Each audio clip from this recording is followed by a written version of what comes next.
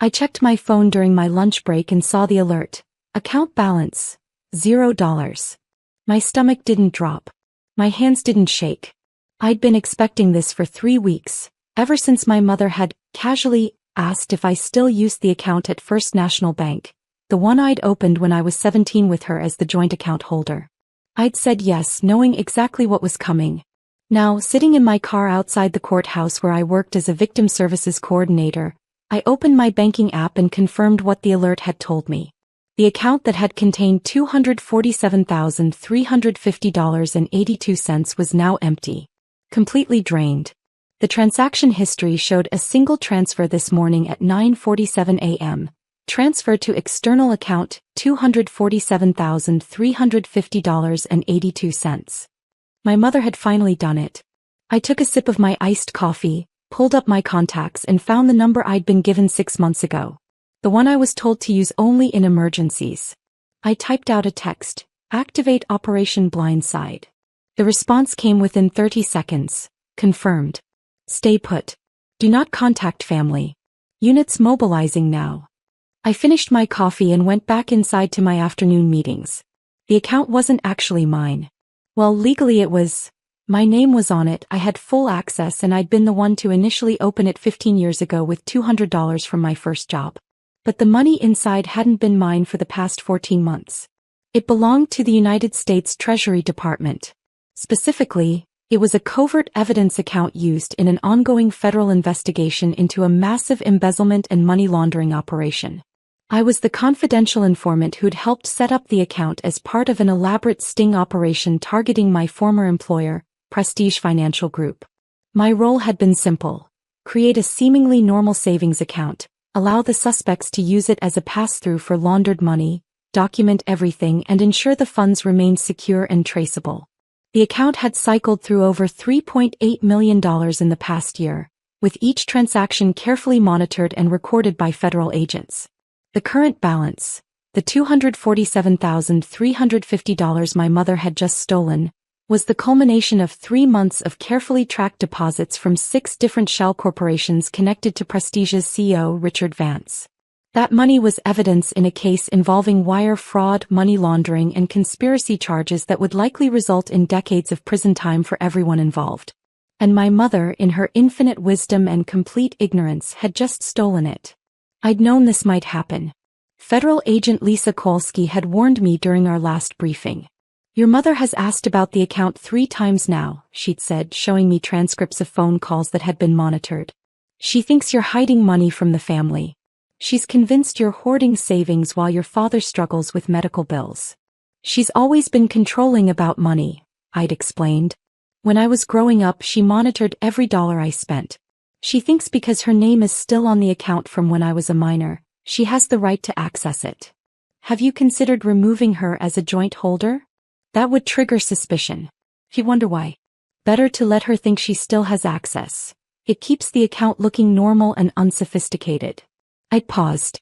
"If she does take the money, what happens?" "She'll be arrested for theft of federal evidence, obstruction of justice and money laundering. The charges carry significant prison time." Kowalski's expression had been serious. "We'll try to prevent it, but if it happens, we can't protect her. This is federal money in an active investigation. The Treasury Department doesn't negotiate." I understand. And I had understood. But I'd also known my mother. She'd been building up to this for months, dropping hints about how I should be helping the family more, questioning why I had so much in savings when Dad needed help with his diabetes medication. I'd tried to deflect, but she'd become obsessed. 3 weeks ago she'd asked directly, "That account at First National, you still have it, right? The one we opened together?" I'd said yes because lying would have raised more questions. Now she'd emptied it and the consequences were already in motion. My phone rang at 2:47 p.m. "Agent Kolsky, your mother made the transfer to an account in your father's name at Community Credit Union. She then immediately withdrew $50,000 in cash and wrote checks totaling another $80,000. The remaining $117,350 is still in your father's account. Where is she now?" "At your sister Rachel's house. She's telling everyone that she taught you a lesson about family responsibility." Your father used $15,000 of the cash to pay medical bills. Your sister received a check for $25,000 that your mother claims is helping Rachel get back on her feet. So they're all involved now. Your father and sister have accepted money they believed was yours. When they discover it was federal evidence, they'll become witnesses. But your mother orchestrated the theft and will face the primary charges. When warrants are being finalized now, agents will execute them within the hour. Treasury Department investigators are already at First National Bank documenting the theft. We'll also be seizing your father's account at Community Credit Union. I sat at my desk looking at the victim impact statements I was supposed to be reviewing. What do I need to do? Nothing. Don't contact your family. Don't respond to calls or texts. Go home after work and wait. Someone will come take your statement this evening. Okay. Sarah, Kolsky's voice softened slightly. I'm sorry. I know this isn't easy. She made her choice. Yes, she did. My phone started exploding around 3:30 p.m. First my sister Rachel, then my father, then my brother David, then Rachel again. I let them all go to voicemail. Rachel's first message was confused. Sarah, call me. Mom's freaking out. Something about your bank account. The second one, 30 minutes later, was panicked. Sarah, the police are here. They're saying Mom stole federal money. Call me now. My father's message was barely coherent. Sarah, what's happening? Men in suits are at the house. They're saying your mother committed a federal crime. They're taking our computers. Call us. Please. David's message was angry. What the hell did you do? Mom's been arrested. They're saying she stole from the government? Are you serious right now? I saved all the messages and didn't respond. At 4:15 p.m. my mother called from an unknown number. I answered. Sarah. Her voice was tight with anger and fear. I get one call and I'm using it on you. What is going on? Hi Mom. Don't hi Mom me. I'm at the Federal Detention Center. They're saying I stole money from a government investigation. They're saying the money in your account was evidence. It was. Silence. Then, what? The money in that account was part of a federal investigation. I've been working as a confidential informant for 14 months. That account was being monitored. Every transaction was documented. And you stole $247,350.82 from it this morning. You're lying. You're trying to scare me because you're mad I took the money. I'm not mad, Mom. I expected this. I warned the agents it might happen. They wanted to remove you from the account, but I told them it would look suspicious if the account holder suddenly changed joint holders after 15 years. So we left it as is, hoping you wouldn't actually go through with it. Sarah, this isn't funny. I'm not joking. The Treasury Department has been monitoring that account since last February. Every deposit, every transaction, every dollar was part of building a case against Prestige Financial Group. The $247,350 you stole this morning was evidence in a money laundering investigation. You've been charged with theft of federal property, obstruction of justice, and money laundering. Money laundering? I didn't. You took money from a federal evidence account and distributed it to multiple people through transfers, cash withdrawals, and checks. That's textbook money laundering, Mom. It doesn't matter that you didn't know the source. You took money that wasn't yours and dispersed it. It was mine. My name is on that account. Your name is on the account as a custodial joint holder from when I was a minor. You had no legal right to access or remove funds without my authorization.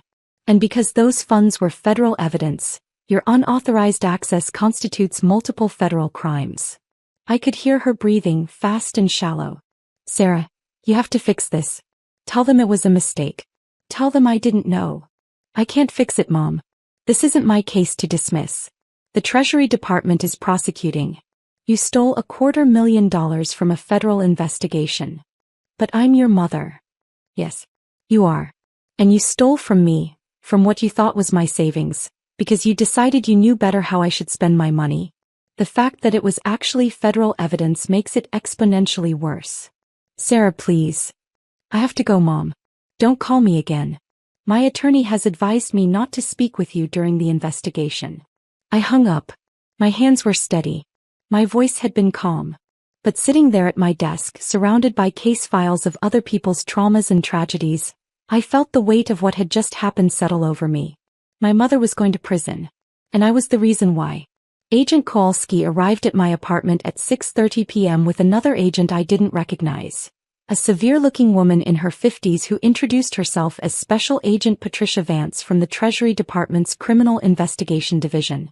"Miss Chen," Vance began, settling into my living room chair with a thick folder, "I need to walk you through what happens next. Your mother is currently in federal custody. She's been charged with theft of federal property, 18 U.S.C. 641, obstruction of justice, 18 U.S.C. 1519, and money laundering, 18 U.S.C. 1956. Combined, these charges carry a maximum sentence of 50 years. 50 years. I repeated it, trying to process. She's 62. I'm aware. The sentencing guidelines suggest 15 to 20 years is more realistic, given that this is her first offense. However, the amount stolen and the nature of the evidence make this a serious case. The U.S. Attorney is not inclined to be lenient. What about my father? My sister? Your father accepted and used money he believed was yours, given to him by your mother. Your sister also accepted a check. However, neither of them participated in the initial theft or had knowledge that the money was federal evidence. They'll likely face civil asset forfeiture, will reclaim the money they received, but criminal charges are unlikely unless we find evidence they conspired with your mother. They didn't. Mom acts alone when she decides she knows what's best. Vance made a note. Your father's account at Community Credit Union has been frozen. The medical bills he paid will be reversed and those funds reclaimed. Your sister's check has been stopped. We're tracking down the cash your mother withdrew. Approximately $35,000 is unaccounted for. She probably gave it to David, my brother. He's been struggling financially. We'll investigate. Any funds we can't recover will be added to your mother's restitution requirements. Vance looked up from her notes. Miss Chen, I need you to understand something. Your mother didn't just steal from you. She compromised an investigation that we've spent 2 years building.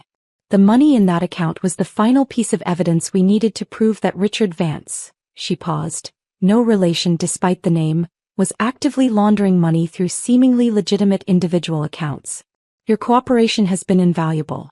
But now we have to prove in court that the money your mother stole was evidence in an active federal case, and that means exposing your role as an informant.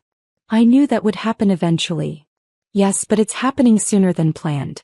The Prestige trial is scheduled for 3 months from now. Your identity as the informant will be revealed when your mother's case goes to trial. Prestige's attorneys will use this.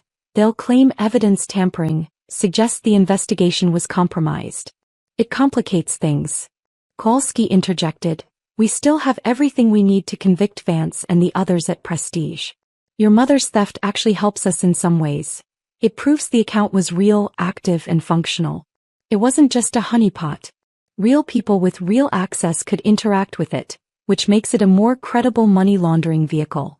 So my mother accidentally strengthened your case? Ironically, yes. But she still committed multiple felonies in the process. The arraignment was the next day. I didn't attend, but Agent Kowalski sent me updates. My mother pled not guilty. Her court-appointed attorney argued that she'd accessed an account she'd been a joint holder on for 15 years, taking money she believed belonged to her daughter to help family members in need. The prosecutor countered that the account was clearly active with substantial deposits from external sources, that my mother had no authorization to access funds, and that her subsequent distribution of the stolen money constituted money laundering regardless of her knowledge of its source. Bail was set at $500,000. My father couldn't pay it. The house was mortgaged, his savings had been seized as evidence, and no bail bondsman would touch a federal case of this magnitude. My mother stayed in custody. Rachel called me 17 times that day. I finally answered. Sarah, you have to help her. I can't. She's our mother. She's in jail. She's in jail because she stole $250,000 from a federal investigation. She thought it was your money. She was trying to help the family. Rachel, Mom had no right to take that money even if it was mine. The account was in my name. I'm an adult. She accessed it without my permission, withdrew everything and distributed it. That's theft. The fact that it was federal evidence makes it multiple federal crimes. But she didn't know. The money in that account came from deposits that clearly weren't from my salary. Over the past 3 months, there were transfers of $45,000, $78,000, and $124,000. Does that sound like something I'd have in savings from my job as a victim services coordinator? Mom saw that money and decided it was hers to take. She didn't ask questions because she didn't want the answers. Rachel was crying now. Dad used the money for his medical bills. They're saying he has to pay it back. He can't afford his medication now. The government will work out a payment plan. A payment plan? Sir, he needs insulin. This is insane. He needs insulin that he paid for with stolen money. Yes, it's unfortunate, but the money wasn't his to use. You could have warned us. You could have told Mom not to touch that account. I did tell her. Multiple times. I said the account was off limits. He didn't care. She decided she knew better. Because she's our mother and she was worried about you hoarding money while Dad suffered. Dad has insurance. His co-pays are manageable. Mom was angry that I wasn't giving her money on demand. This wasn't about helping Dad. It was about controlling me. Rachel's voice turned cold. You're really going to let her go to prison? I'm not letting her do anything. She made her choices. Now she's facing the consequences. I hope you can live with yourself. She hung up. The media coverage started 3 days later. Local woman arrested for stealing from federal investigation, ran on the evening news. My mother's mugshot appeared on screen, looking frightened and confused. The reporter explained, Elizabeth Chen, 62, is accused of stealing over $240,000 from what she believed was her daughter's savings account. However, prosecutors say the account was actually being used by federal investigators as part of a money laundering sting operation. Chen faces up to 50 years in prison. The segment included an interview with a legal expert who explained that joint account holders don't necessarily have equal rights to funds, and that unauthorized access can constitute theft, especially when federal evidence is involved. Comments on the news station's Facebook page were mixed. She's a mother trying to help her family. This is prosecutorial overreach. She stole $240,000 and y'all are defending her? My mom didn't have the right to empty my account when I was an adult. The daughter is obviously some kind of federal informant. She set her own mother up. Ma'am, if you see $250,000 in your kid's account and don't ask questions before taking it, that's on you. I didn't read beyond the first dozen comments. My brother David showed up at my apartment a week later. I saw him through the peephole and didn't open the door. Sarah, I know you're in there. Go away, David. Just talk to me for 5 minutes. Please. I opened the door but kept the chain lock engaged. What? Mom's bail got reduced to $100,000. We're trying to scrape together enough for a bondsman. Can you help? No. Sarah, come on. She's our mother. She's a federal criminal. Because of you. You were working with the feds and didn't tell us. You let her walk into a trap. I let her make her own choices. I told her multiple times not to access that account. She did it anyway. Because she was worried about you. Because Dad needed help. David, did you get money from her? He hesitated. She gave me $15,000. To catch up on rent and car payments. That money has to be returned to the federal government. I already spent it. Then you'll owe it back. The Treasury Department is tracking down everyone who received funds. You'll probably have to set up a payment plan. I can't afford a payment plan. I'm barely making rent as it is. You can't afford it because you have a gambling problem that you've refused to address. Mom enabling you by giving you stolen money doesn't help you, David. It just delays the consequences. His face reddened. You're really something, you know that? You sit here all high and mighty working with the feds, letting your own mother get arrested. Did Mom tell you where the money came from? She said it was from your savings. Did she tell you how I supposedly saved $247,000 on a victim services coordinator salary? I don't.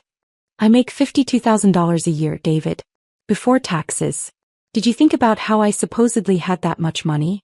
Or did you just take it because it was convenient? He stared at me.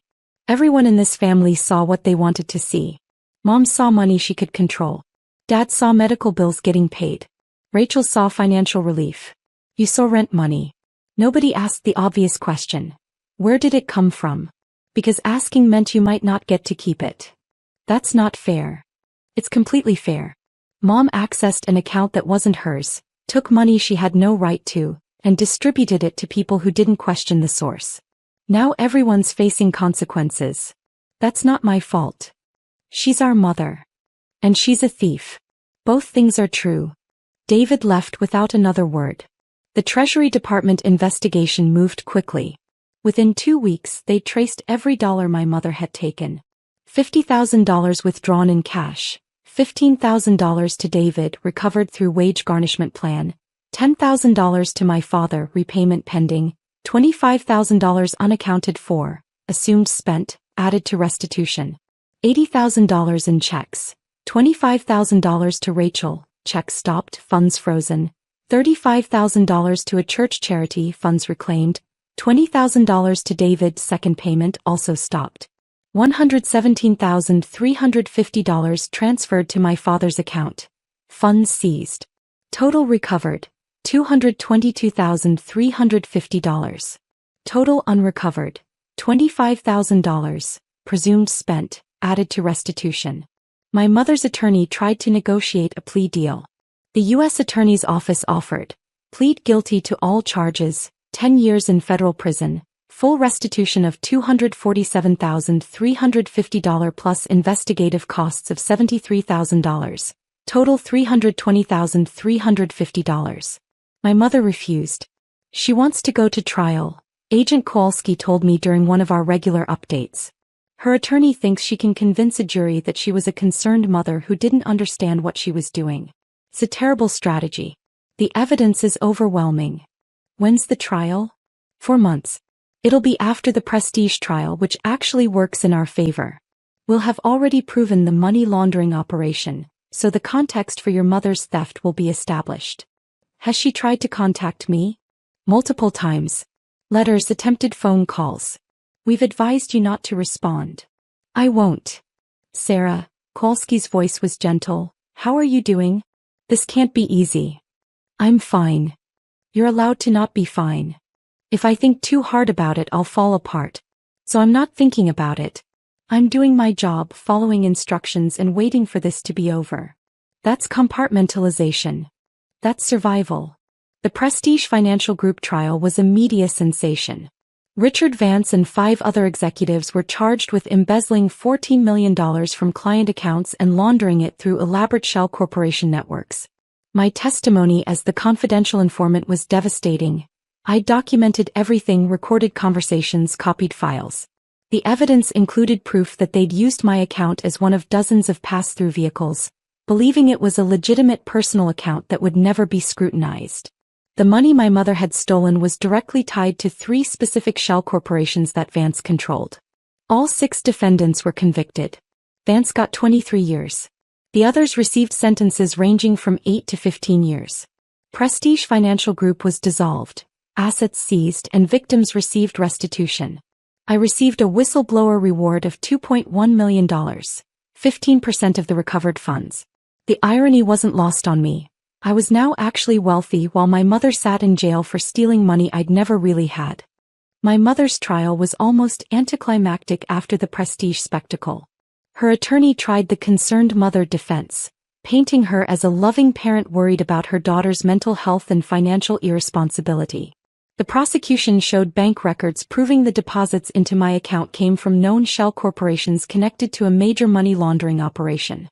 They showed that my mother had accessed the account without authorization, withdrawn and distributed the funds, and made no effort to verify the source of the money before taking it. The jury deliberated for 3 hours. Guilty on all counts. Sentencing was scheduled for 6 weeks later. I received a letter from my mother the week before. Against my attorney's advice, I opened it. I know you probably won't read this, but I have to try. I was wrong. I understand that now. I had no right to take that money even if I genuinely believed it was yours. I should have asked. I should have questioned where it came from. I should have respected your boundaries. But I was scared. Your father's medical bills were piling up, and I could see him rationing his medication. David was about to be evicted. Rachel was drowning in debt. And there you were, with all that money sitting in an account, and I truly thought I was helping. I know that doesn't excuse what I did. I know I broke the law. I just need you to understand that I wasn't trying to hurt you. I was trying to save this family. The prosecutor wants me to get 10 to 15 years. The judge could give me more. I'll be 77 when I get out if I survive that long. I don't expect you to forgive me. I don't expect you to help me. I just need you to know that I'm sorry. Not sorry I got caught. Sorry that I violated your trust, your privacy, your autonomy. Sorry that I couldn't see you as an adult capable of making your own decisions. I was a controlling, overbearing mother who thought she always knew best. And now I'm paying the price. I love you even though I have no right to say that anymore. I read the letter 3 times, then put it in a folder with all the other case documents. I didn't respond. The sentencing hearing was packed with media. My mother stood before the judge in an orange jumpsuit, looking frail and scared. Mrs. Chen, the judge began, you've been convicted of theft of federal property, obstruction of justice, and money laundering. These are serious crimes that undermined a major federal investigation and cost taxpayers significant resources. Do you have anything to say before I impose sentence? My mother's voice was barely audible. Your Honor, I made a terrible mistake. I took money that wasn't mine from an account I had no right to access. I did it because I was worried about my family, but that doesn't excuse my actions. I'm deeply sorry for what I've done, and I accept responsibility for my crimes. The judge nodded. Mrs. Chen, the court acknowledges your acceptance of responsibility. However, the severity of your crimes cannot be overlooked. You stole nearly $250,000 from a federal investigation. You distributed that money to multiple people, creating a complex recovery situation. And you did so with a shocking disregard for basic legal and ethical boundaries. She paused. The prosecution has recommended 10 to 15 years. The defense has asked for probation and restitution.